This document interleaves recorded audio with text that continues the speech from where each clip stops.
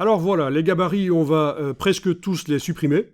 Parce que si vous allez double-cliquer sur le gabarit B ici, vous voyez que suite au basculement des pages du document de horizontal vers vertical, donc c'est ce que je vous disais, les gouttières, les espaces entre les colonnes sont minuscules. Ils sont devenus minuscules alors qu'au départ ils étaient corrects quand le document était horizontal. C'est logique. Hein. On passe vers vertical, tout s'étroitise. Même chose sur le gabarit C. Le gabarit C, on a aussi des espaces entre colonnes minuscules. C'était prévu pour faire 4 colonnes de texte sur chaque page, mais ça devient des colonnes de texte vraiment tellement étroites, ça ressemble à ce qu'on a dans les journaux quotidiens, les tabloïds, comme on appelle ça. Donc, ça n'est pas excellent.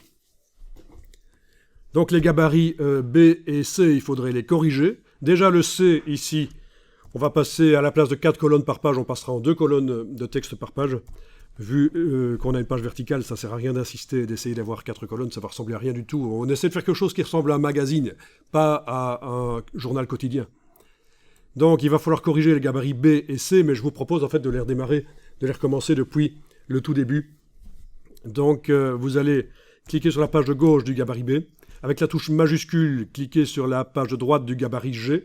Donc tous les gabarits sont sélectionnés, sauf le A. Le A n'est pas sélectionné. Donc le B, C, D jusque G sont sélectionnés. Voilà. Vous avez la petite corbeille dans le bas de la palette des pages. Vous allez pouvoir cliquer sur la petite corbeille pour supprimer ces gabarits. Voilà.